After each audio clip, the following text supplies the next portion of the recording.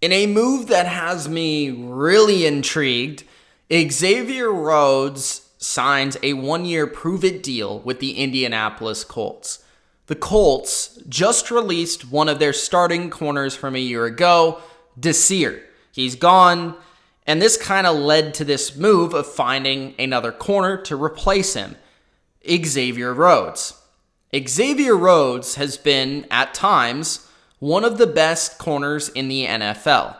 At other times, he's been one of the most inconsistent players, not just corners, in the NFL, and one of the most frustrating talents in the NFL. Xavier Rhodes is not even 30 yet. Xavier Rhodes is coming in on a low value, low risk, but high reward type of contract for the Indianapolis Colts. And this, if I was a GM, I would continuously target players like Xavier Rhodes.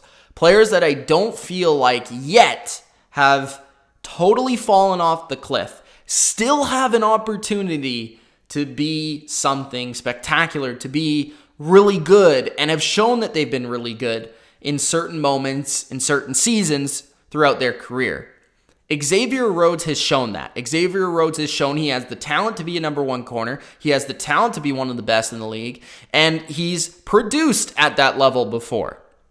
So for the Colts, is it an upgrade over Desir? Well, based off last year, based off the production of last year, I'd say probably not. Although I don't think it's a huge downgrade based off of those results.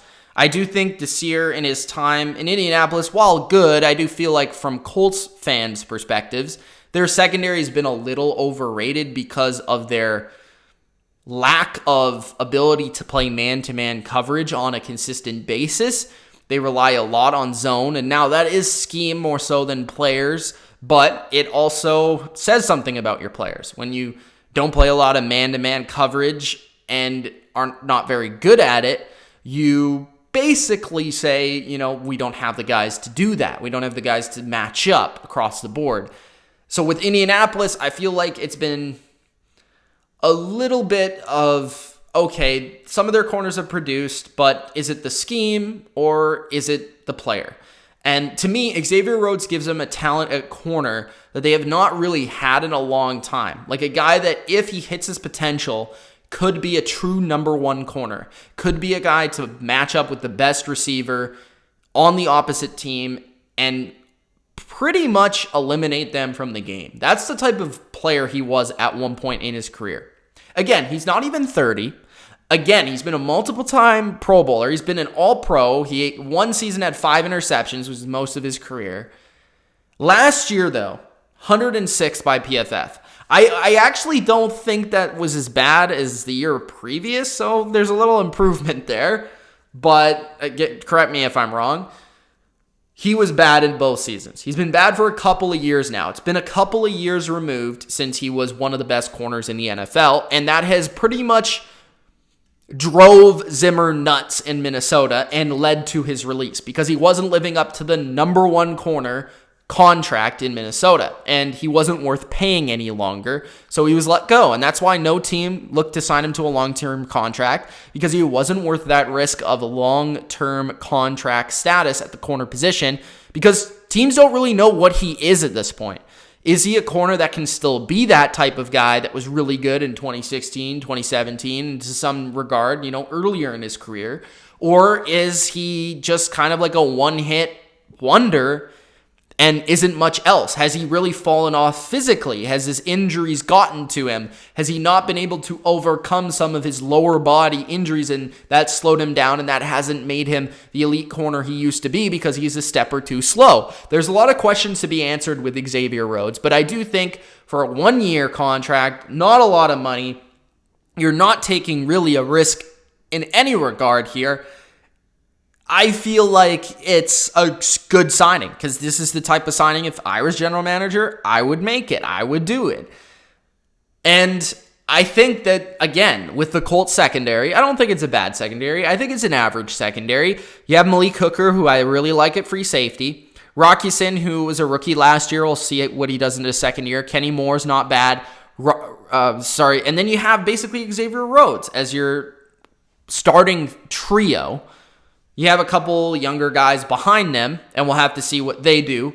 And we'll have to see if they draft somebody. I very well could see them drafting a corner or more defensive help, maybe safety as well. So the Colts have still a little bit to do in their secondary in regards to the draft and maybe even a couple more veteran names in free agency. But Xavier Rhodes is just that type of corner and type of player that I want to see how he does in a new system, in a new place, in a different environment, and just getting out of Minnesota, because it seemed like he was cursed there. It seemed like it wasn't a good environment for him. It seemed like the coaches didn't believe in him. It seemed like the fans hated on him. So a new scenery will be nice for him. Matt Eberflus has proven that he's a pretty good defensive coordinator, and although I do feel like he's a little too basic in terms of some of his coverages and things like that, and his reliance on a lot of zone coverage, I do feel like he is a pretty good coach and has coached lesser players to better results. And I think with Xavier Rhodes, you have a player here who's proven that he could be great. If you can get his confidence back, if you can get him to look physically good, and you can just get a little bit more out of him, squeeze a little bit more out of him, you never know. This guy could turn back into a stud. So I like the move. I think it's a solid move, and I think the Colts have taken a wise, low-risk opportunity in Rhodes. Hopefully, in 2020, the roads will be closed and not open for Indianapolis. Thanks, guys, for watching. It's Mitch of TheBottomLineView. If you enjoyed, Gronk spike the like button and subscribe. Peace.